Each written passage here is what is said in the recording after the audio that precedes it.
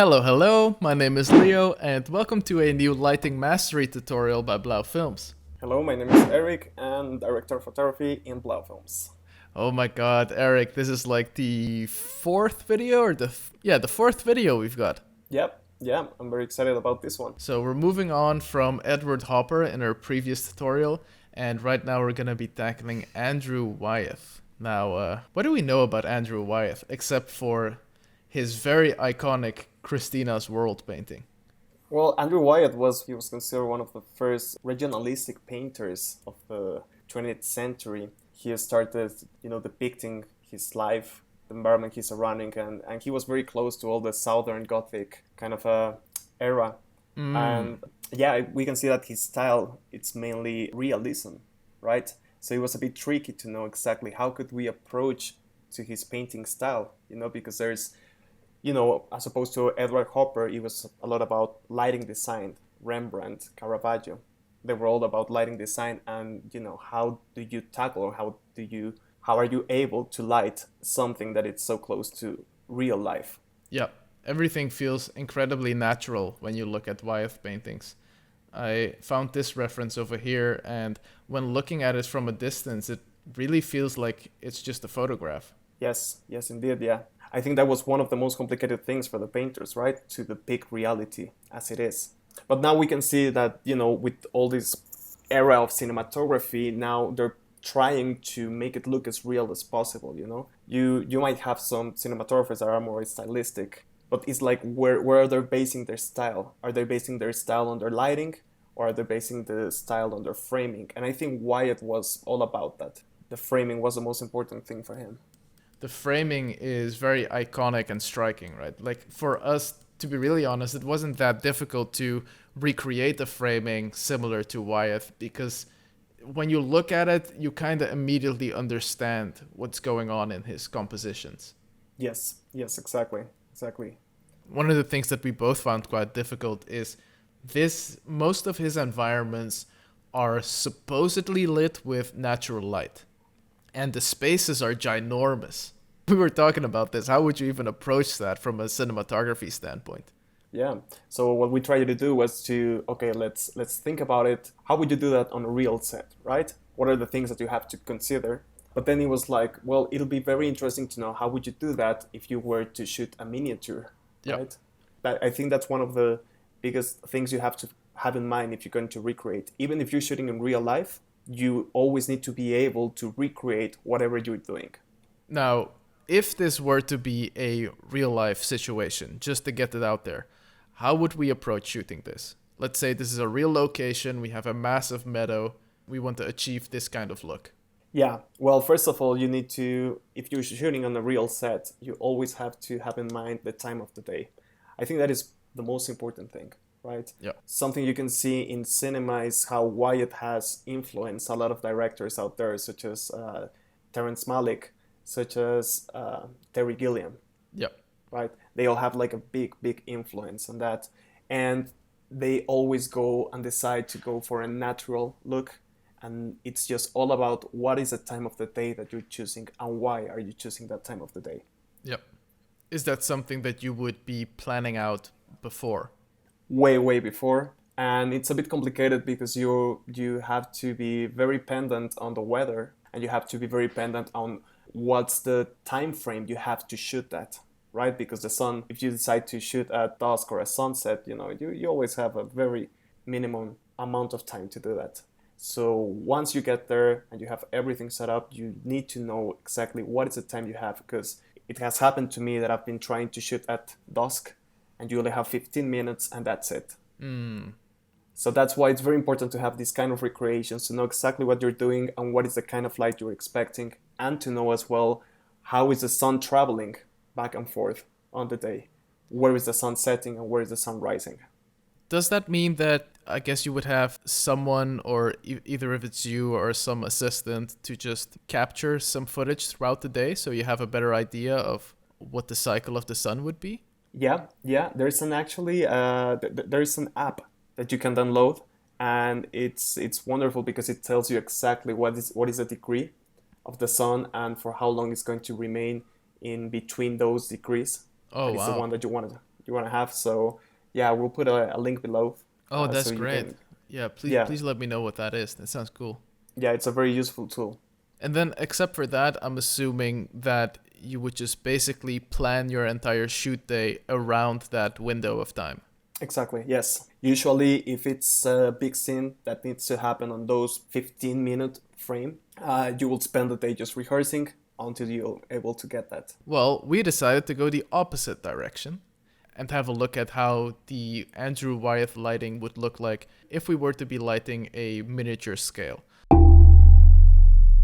We have a pretty large set, much bigger than what we expected. So, but the lighting positions and intensities will probably stay relatively the same. And we have, I believe it's like a half scale. Yes, that's correct. So I have these two landscapes over there, and the grass is turned off. I can quickly turn on the grass so you can see what that looks like, but it's very intensive on the CPU for us to be previewing our scene with that. Yep. You can already kind of see what kind of values we'll be getting in our shot. Yeah, yeah, that's correct. It's looking great. Cool. Let me turn off the grass. What do you want to get into first? First of all, if you can show them the geography of the place so they know where are we working. So right now we have all the lights turned off. Let's just have a look at the viewport here and I'll show you what the geography is like. So I have 4 different landscapes that I have stretched and smoothed out to make sure that they look a little bit like grassy hilltops. I have some roofing tiles, but I kind of, for these lighting mastery tutorials, we kind of just scrap together a scene as quickly as possible. And we're not trying to make it the prettiest thing ever. If you turn around the house, there are no roofing tiles on the other side. It's just completely empty on this side. Whatever is in camera, there are roofing tiles there. We have some trees on the bottom over here just to create a little bit of a nice breakup of the composition. And then we have a bunch of these barricades that are going all along down there. And I even put in like a little cemetery with 2 crosses down there. I like it. I like it. So now we're in the camera. Let's have a look at the camera settings first, I'm assuming. Yeah, the first thing we have to do is like, well, we're using the Christina's world as a reference. That's what Yep. we're going to try to recreate. And so the first thing that is very important, like always, is first get the framing right. Yep. Yeah, so it's just a matter, I think, okay, if you can go to the camera settings so we can review them. I got the focal length set to 50, as you can see Yeah. here. The ISO set to 800, shutter speed to 50, and the f-stop is at 6.3 over here. Okay, that's great. That's great. It's all about trying to have that compression with the lens, but it's all about the lens, right? So I just want to make a quick experiment so they can see what's the difference. If you go for a 35, Yep, for sure. There you go. yeah, now go for a 24. We now can see the difference, right? Yep. I think it's very interesting. What's the depth? What's the angle? And I think you have to always have a look at the reference and see what matches better to the Yep. intention. Now, with the reference, what we have is a subject as well. We have a person, okay? Yep. And it makes it feel even more distant. But the fact that we don't have a person, then that means that our main subject is the house. Yep. So we need to be able to give that protagonism to the main subject of the painting. In this case, is our house. So we decided to go for a 50. We like it a lot. We like the compression, and I think that the camera position is just spot on. So should we start with the lighting? Yeah, absolutely. I'm seeing as well that we have the white balance of the camera set to 5600, but I think that's basic, right? That's pretty standard. Yeah, we'll get into that first. So if you can pull out the reference. Yep. So the first question that I ask myself is what time of the day it is. This is not a sunset. This is not a morning rise either. This is, I would say, it's probably somewhere around 10 a.m., 11 a.m., or probably on the other side, it could be 4 or 5 p.m., Yep. right? The point here is that the sun is not on the highest point, Yeah. but it's as well not in its lowest point. So that's the main thing we have to tackle first. And we can see here on the shadow, it's more on an angle. Yeah, they basically give it away, right? That's basically our cheat card. Exactly. Yes. Yes. Now there are gonna be a lot of lights going on around, but I think the first one you have to lock is the position of the sun. Because if you start the other way around, and if you start putting a skylight or something, it's gonna be harder for Yeah, everyone. Now, for the white balance of the camera, given that we are on an exterior on a normal regular daylight, that's why we're gonna go for a 5600. ah, okay, yeah, that was the Yeah. reason. We need to be able to have that white balance, and from there we're gonna start adjusting the color temperature of the other lights. In Yeah, this case, the sun, and then we're gonna warm up that sunlight. But first of all, let's get the right intensity, the right angle, the right position, and then we dive into that. absolutely. So let me turn on the first sun we have here, our light sun number one. It's a area light with a circle shape. As we are going for the idea of this being on a miniature set, we are not using a corona sunlight. We are using some kind of very, very strong HMI light. You'll immediately see in the viewport how much of light and where that light is angling. Yeah, that's correct. Can you show them like the 3D version of that so they'll see like the position in relation to the geography? Absolutely. So let me move it a little bit here. So now we're a little bit far away, but we can see it. We're seeing that we have the light pretty high up in the sky, and we are shooting it. We're not really aiming it at the house, right? We're aiming it just off the house. Yes. Yeah. If I go to the top, you'll be able to see it a bit more. Yeah, we're aiming it right in front of the house there. That's the hot spot. Yeah, yeah, I think that angle reveals it a lot. Yeah. Now, if you go back to the camera position, now on the viewport, we can see that we are just aiming for that part, right? And that's as much as it gets. And our light is not spotted, it's on the contrary, it's flooded. Yeah. Um, but it's not strong enough to be able to fill the whole field. So that's why I asked you to add a second light to Yep. give some light to to the foreground. And we've basically just duplicated that same light, that same setup. If I go to my top and side view, you'll see that sun number one is right over there. And then sun number three, we actually had number two, but that thing got deleted. And it's right over here. We've basically just moved it closer towards the camera. And if you turn that on, there you go.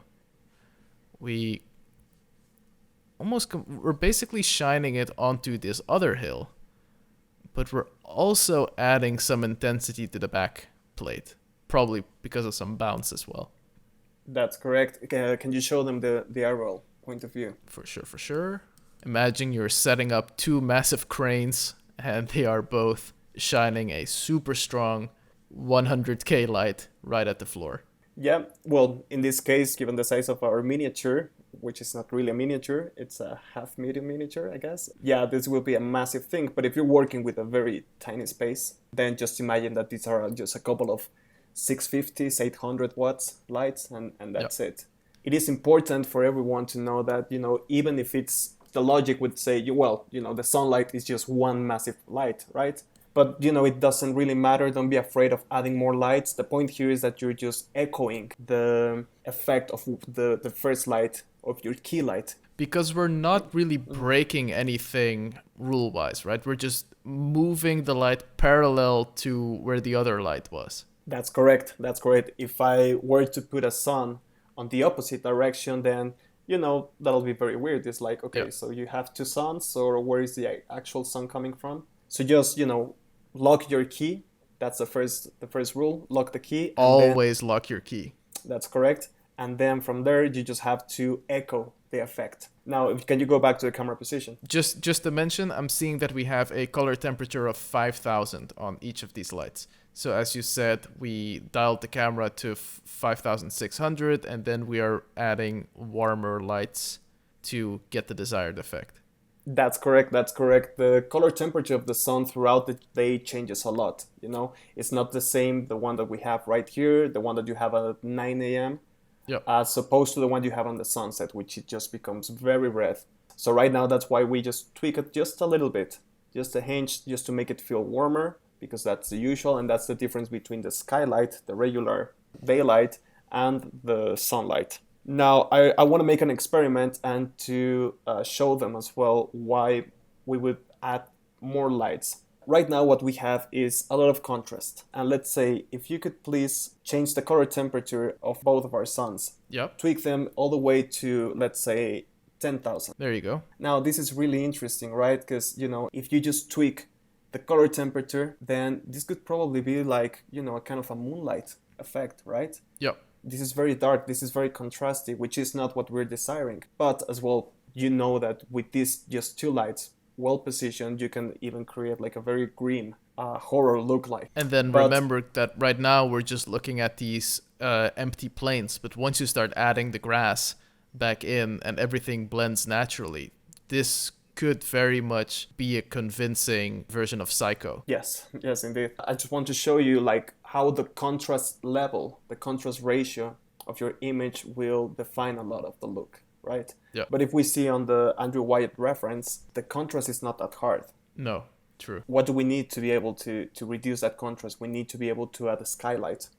Yes.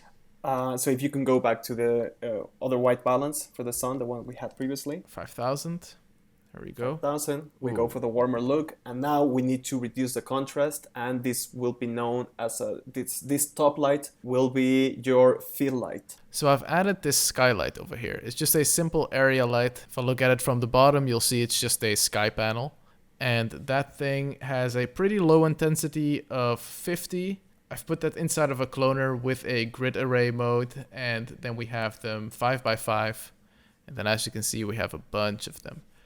But I guess similar to what we have realized in many of these tutorials is that if you want to get that soft light, you need to get the diffusion frame in between these light grids, right? Would you be able to show them the full grid before adding the diffusion frame? There you go. Imagine this is the set you're working on. Yeah. And I showed you a reference from this film that these crazy guys did a whole little village inside a studio, and they replicate that too. Especially as well for visual effects artists, if you're working inside of the film industry, there is a possibility that you might face a situation similar like this. The next thing we did is we added a diffusion frame. In the previous tutorial, I talked about what kind of material to use to make your diffusion frame. I basically created a material, turned everything off except for translucency, and then the fraction will define how much it will scatter the light around. And a value of 90 basically gives it your standard default full diffusion frame. Suddenly, all these area lights become super diffused. That's correct. Can you go back to the camera position? Yeah, here you go. Excellent. Now, as you can see, the contrast has been reduced. If you can just show them on and off with the skylight, without the skylight. Yep. So this is without, and this is with. Yes, I think the difference is quite clear. And once that you add the grass and everything, you'll be able to appreciate that more. And the good thing now that you have this grid and stuff, you control the intensity, which means that you as well you're gonna be able to control the contrast ratio. Yeah, we've basically talked about everything from a lighting setup when it comes to Andrew Wyeth, but now it's really about you go into it, play with these settings. I guess don't be afraid of changing the color, temperature, don't be afraid of changing the light intensities. Tweak it until you get what you want. That's correct. And it's going to be very important for everyone as well, if you were to shoot on a real location, to know exactly what is the sky doing and the sun doing. And even though sometimes it seems quite logic, you might face troubles, You'll Yep. be like, well, this is not making sense. So now these are the two things you have to be conscious about. Absolutely. Keep your massive sunlights parallel to each other, and then you won't be breaking any laws of physics. Control your contrast ratio by diffusing a sky panel grid and then just dimming them down to the desired effect. I actually added a little negative fill right on the final row that was above the house, because I was getting a few. I was feeling like I wasn't completely matching the contrast ratio that we're seeing on the houses here in the Andrew Wyeth painting. And just adding that gave it a bit more of the desired look. Nice. Now, I would like to show them all the different looks you can have with this same setup, Yep. and I think it's gonna be interesting. So let's say, for example, that we don't want to have this sunny bright day, right? Yep. We're aiming for a more overcast look. So it'll be very easy to do. You just have to turn off both of the suns. Done. Done. Now, how about if you make it a little bit more cold, or maybe like a 7,000? 7,000. Okay. Oh man, this is already looking like an overcast day. Right now we have a negative field blocking the house. Mhm. So if you can turn off that negative field just to be able to give a little bit more of a push to the house, Yeah, there you go. there you go. And you already have a kind of an overcast day, you know? Yep. When And you add if the you, grass and the sky. that's correct. That's correct. Yeah, that changes the mood completely. So I already show you the moonlight, the regular daylight, and an overcast day. We have three lights, or well, maybe more lights, but it's basically two setups, and that's it. And you can create just so many things with that. So even if you're shooting on a miniature and you need to shoot that miniature in different times of the day, once you have locked your setup, then you'll be good to go. Yep. Yep. We've been very economical with our lighting setups in these previous 4 tutorials, man. Yeah. At the end of the day, I think that's what every production will always appreciate if you are just very minimal, because that means you're gonna save more time, you're gonna save more money in equipment. Things are gonna go better for you. One of the things that the audience has probably noticed is that we have a massive black sky in the background. This is because we're working here assuming that this would be a miniature, so we're not using a HDRI inside of Cinema 4D. Imagine that you just have a bunch of blue screens in the background, and now you're just gonna key it out, take it into your compositor, and that's when you're going to do your addition of the sky. And generally speaking, when it comes to Andrew Wyeth paintings, he has this very, very monochromatic, desaturated look in the sky. I think we at Blau Films have just the tool for you. These things are legit and fire and have been helping me out way more than they should have. Right here, we have the Clear Sky Raw Pack. I believe it's like over 50 different clear sky raw assets. They're all 5K images. You can just drag and drop them into your compositor, do some tweaking of colors inside of the camera raw filter, and then you're good to go. And I'm actually thinking of using one of these at kind of this time of day, which is the time of day similar to what we're doing right now. And I'll be compositing that into After Effects once this shot gets rendered, and then yeah, I guess we'll share the final image at the end of the video. Excellent. So I think that's it. That was one of our main concerns because, as you see, it's a very simple lighting setup, but I think it was worth to show them how would you be able to recreate light Yeah. on a natural location. And I think it's always useful to know how do you recreate a natural look, because sometimes people will go inside studios and it's important to know. Yeah, absolutely. Want to tell them what the next one is? Yeah, the next one we're going to is for Grant Wood, Yeah, absolutely. another Southern Gothic painter, and he always has this surreal look as opposed to Wyeth. Yeah, And that one's gonna be very interesting. very challenging probably, but we'll Probably. figure it out with less than 10 lights. Excellent. Well, it was a pleasure. Well, it was a pleasure as well, man. Thank you very much for coming onto the video. To the audience, well, do you want to tell them to subscribe? Maybe they'll listen to you. Yes, I would definitely recommend you to subscribe because the next series is gonna be on the post-production workflow, and it's very, very interesting. Oh, yes. This is coming from our other partner on Blau Films, and yeah, you should check her out. She has very interesting stuff. We finally got Gabby to record a video. So yeah, absolutely, I agree. I completely forgot about mentioning that. Be sure to subscribe. Be sure to hit the like button. Leave a comment below. I'm reading all the comments.